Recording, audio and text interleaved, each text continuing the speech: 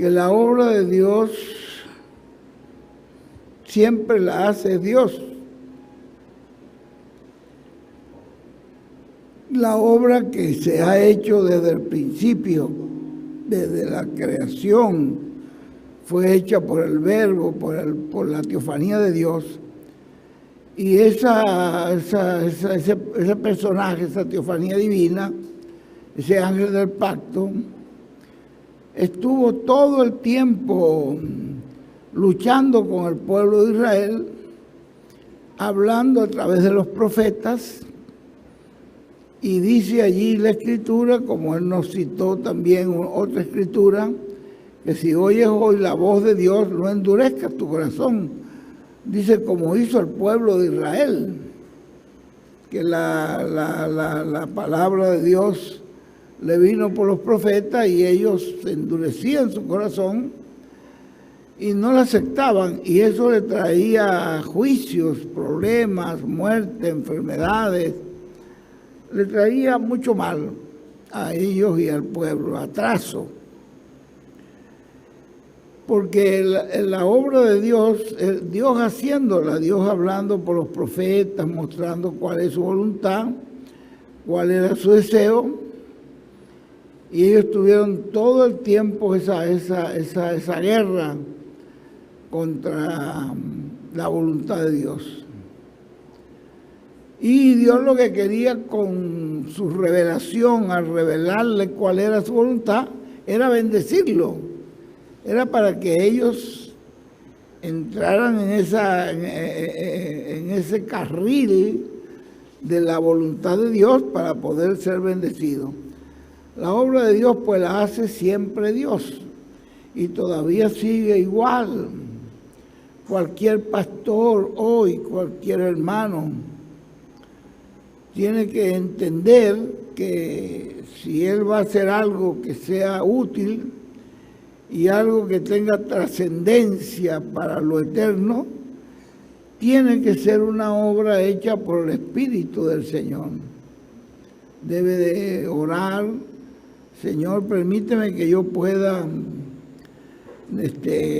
dejarme guiar por tu Espíritu y dejarme manejar por tu Espíritu, que tú me muevas para que lo que yo haga, todo sea hecho conforme a tu voluntad, porque hay personas que ellos creen que por sí ellos pueden hacer muchas cosas y pueden traer revelación o pueden traer algo, y si lo traen de su propia cuenta y no es del Espíritu, lo que producen es una interrupción.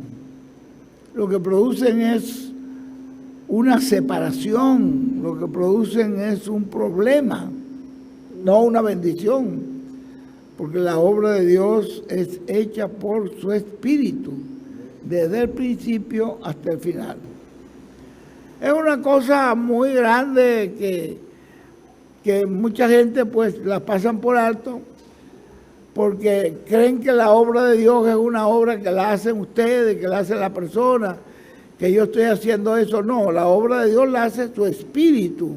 Usted y yo lo que somos instrumentos que el Señor nos puede usar si nosotros dejamos que Dios nos use, porque Dios no obliga a nadie, ni tampoco Él viola la libertad de la persona. Él le da libre albedrío y la persona tiene que poner su libre albedrío voluntariamente para que Dios sea el que lo use en lo que Dios quiere usarlo, en lo que Dios quiere, porque la obra es una obra espiritual, una obra de Dios. La gente que creen que la iglesia es como una empresa y que para usted poder manejar la iglesia es muy bueno que estudie los principios de los empresarios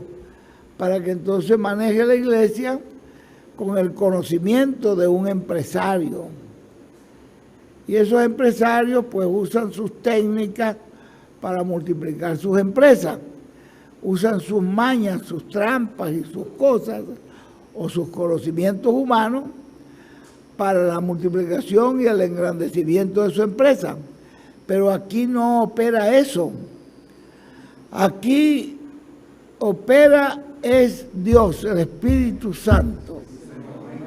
¿Se dan cuenta que cuando usted piensa que usted está haciendo la obra, que voy a estudiar más esto para poder hacer que la iglesia crezca, pues le puede crecer, pero puede convertirse en una, ¿cómo lo llamaba el hermano Branham? En un club.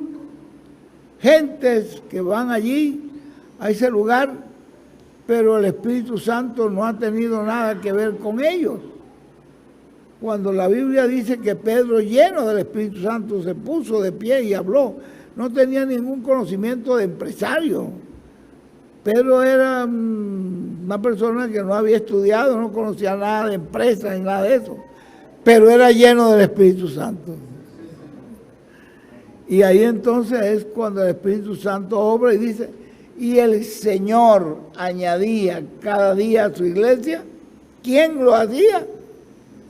El Señor añadía cada día a su iglesia los que habían de ser salvos. No es una obra humana.